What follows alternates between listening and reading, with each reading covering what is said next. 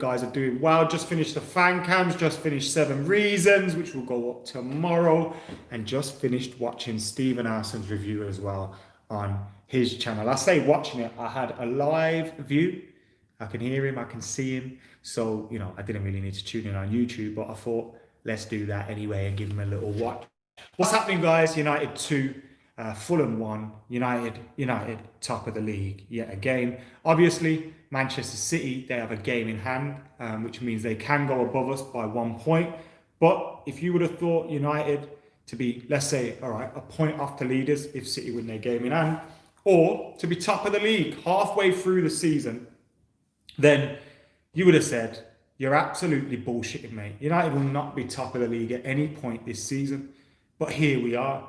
And it's an absolutely fantastic feat. And the first thing that I want to look at from United this season and talk about here with you lot is, the away run, 366 days now we have won. We have not lost away from home in the Premier League, just over a year.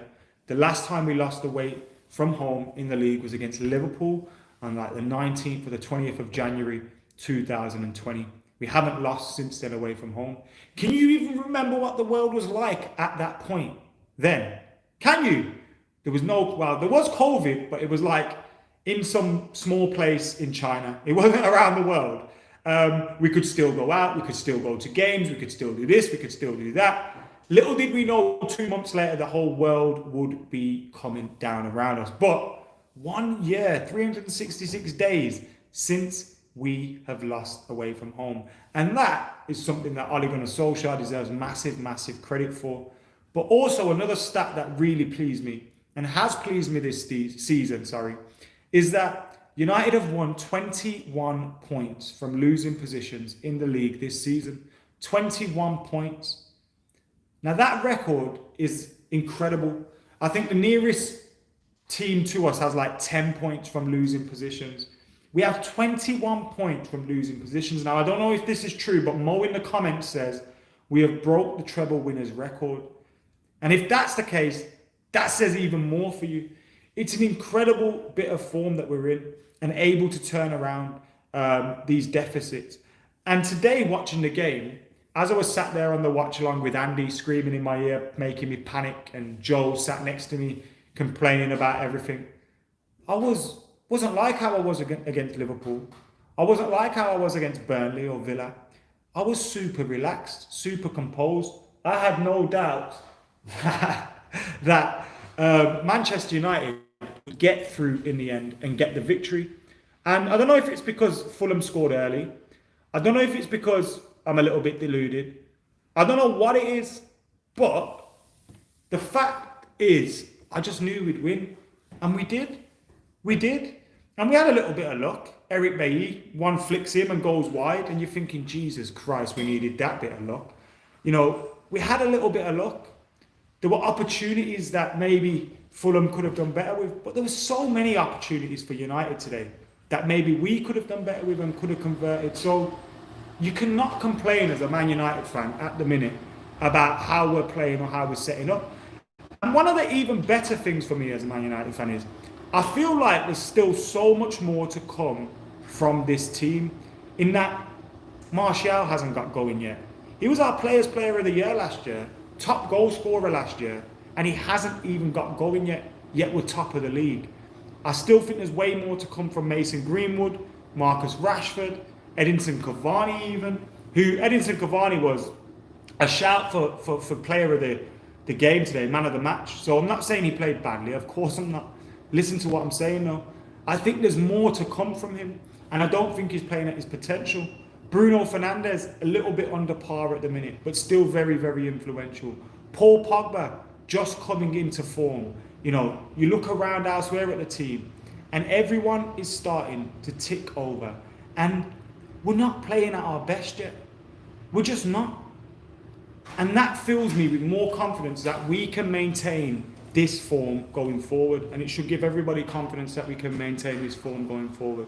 So yeah, delighted with the way we're playing, delighted with the way we're overturning deficits when we're going behind, delighted with the composure, delighted with the fact that there's so much more to come from this team and potential within the side. And yeah, today, Bailly, Maguire, very, very good at the back. Bailly and Maguire were very, very good at the back. Eric Bailly even got a little bit of luck that he deserved at the end when the ball flashes wide off him. I thought Wan-Bissaka was a little bit sloppy in terms of defensively and, you know, the space over his shoulder. And if you look at the goal, he played everyone onside. When he played Lookman onside, Luke Shaw, I don't think he was particularly good today. Going forward down that left-hand side, there was occasions where he'd make the run and then stop his run, and then, you know, the ball would go, but he hadn't completed his run, so it looked like, you know, it was a poor pass, but really he just needed to keep his run going. So, you know, I don't think anyone particularly played overly well at the back there, but we did enough, and I thought Bailly and Maguire have continued to get stronger as a couple, as a partnership, and as a centre-back pairing, which is what we need. Every solid side in the Premier League that has won the Championship in the end, even when Leicester won it, they were all built on a solid centre-half partnership. And that's what we're building between Maguire and Bailly here. And then to be able to have Twanzebe, you know, Lindelof that can come in. Lindelof, look at the job he did the other day against Liverpool. So we got depth there. And I think that's one of the things that we need for Wan-Bissaka. Williams has been out. We need depth there. We need someone to push him, someone to challenge him, because he's not quite right. He does some very good things defensively. I don't think anyone, you know, is really better than him as a fullback making the tackles. But in terms of his positioning at times, in terms of him, you know, looking over his shoulder, I think he gets that wrong sometimes. And I think he just needs to be pushed a little bit.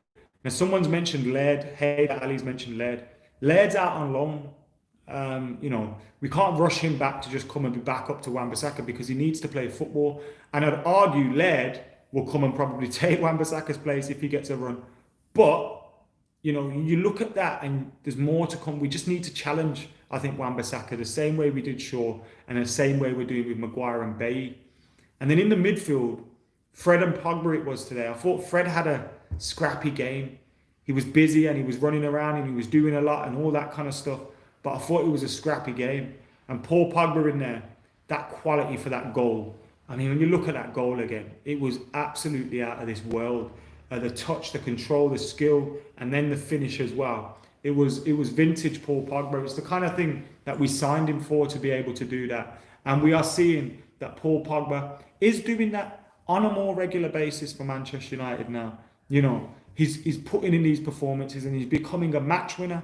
And again, you look at that squad depth, Bruno's not being the match winner, Rashford's not being the match winner, Pogba and Cavani are. And having that depth is vitally important now. I didn't think Fred was amazing today, but Joseph said he was our unsung hero today and he played brilliant. Opinions, and maybe you saw something different to me and I got it wrong, that's cool. But I just didn't think he was his best today, which is fine. I still think he did some very good things. Bruno, I don't think he's playing badly, you know. There's people saying he's not quite there, but today he pinged one off the post and all that. And I still think he's on the edge, Bruno.